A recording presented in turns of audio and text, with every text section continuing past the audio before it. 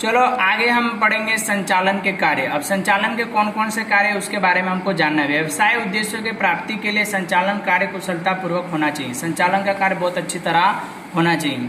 इसके संचालन के प्रक्रिया अनुसरण करना पड़ता है, मतलब इसका क्या जो बताए वैसा करना पड़ता है। प्रक्रिया अर्थात पूर्व निर्धारित ध्येय प्राप्त करने के लिए क्रमबद्ध चलती सतत प्रवृत्ति।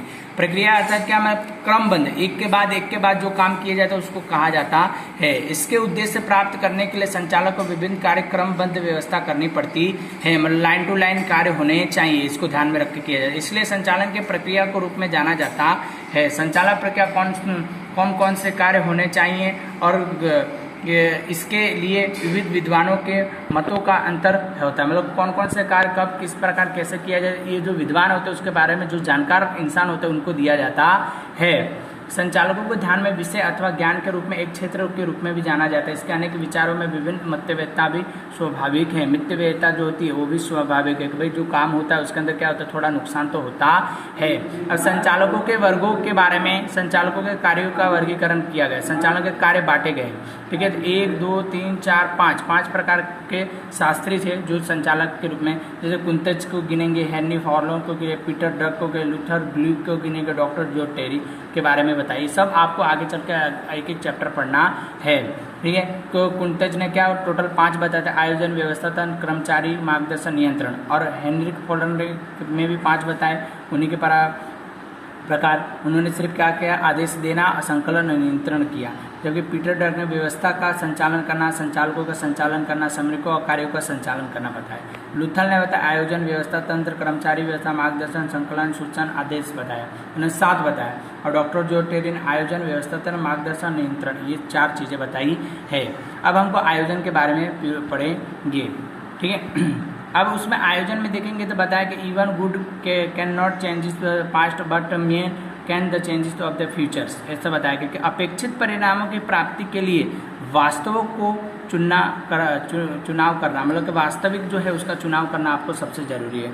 मध्य आंतरिक संबंधी स्थापित करना, आवश्यक प्रवृत्तियों का अवलोकन और निर्णयों के पूर्व अनुमान करना, अर्थात आयोजन, मतलब कि जो आप भविष्य को ध्यान में रख के अभी जो आप काम करते हो उसको आयोजन के रूप में गिना जाता है।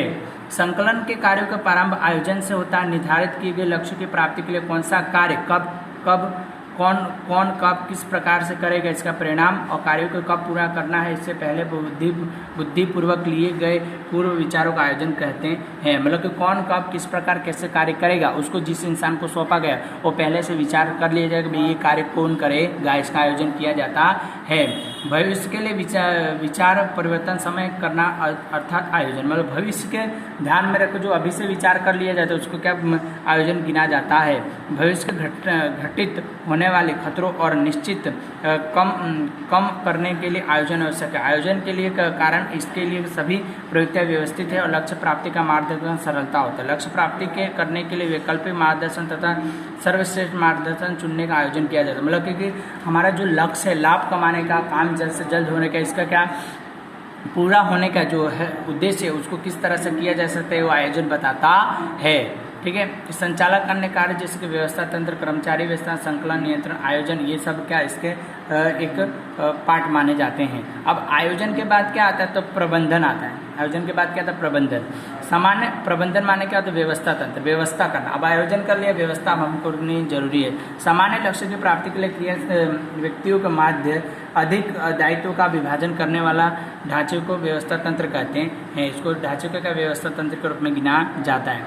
आयोजन के द्वारा लक्ष्य, नीति, कार्यक्रम इत्यादि निश्चित किए जाते हैं जिनके पूर्ण रूप से व्यवस्था तंत्र की रचना करनी पड़ती है। इनको क्या पूर्ण रूप से हम व्यवस्था तंत्र की रचना करते हैं, क्या आयोजन को ध्यान में रख के नीति निकाय कानून को ध्यान में रख के हम व्यवस्था करते हैं।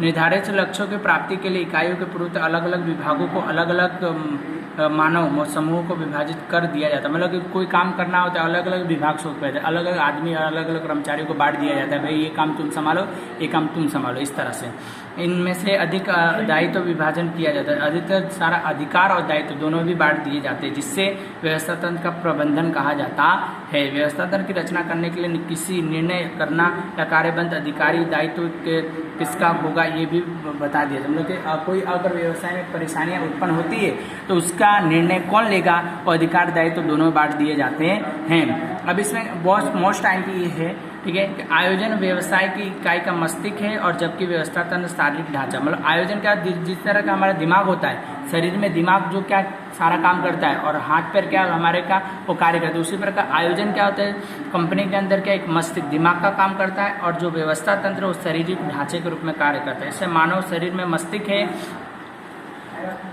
का कार्य बौद्धिक निर्णय लेने का, ओके, और इसका अमल शरीर के विभिन्न अंगों के द्वारा होता है। उसी प्रकार व्यवसाय इकाई में आयोजन का बौद्धिक निर्णय लेता है और क्या आयोजन के बाद व्यवस्था तंत्र इसका क्या करता है, काम कराने का कार्य करता है। विभिन्न भागों में कर्मचारियों के कार्य के अधिक दायित्व होता है। इस प्रकार से होते हैं। आज के लिए इतना ही।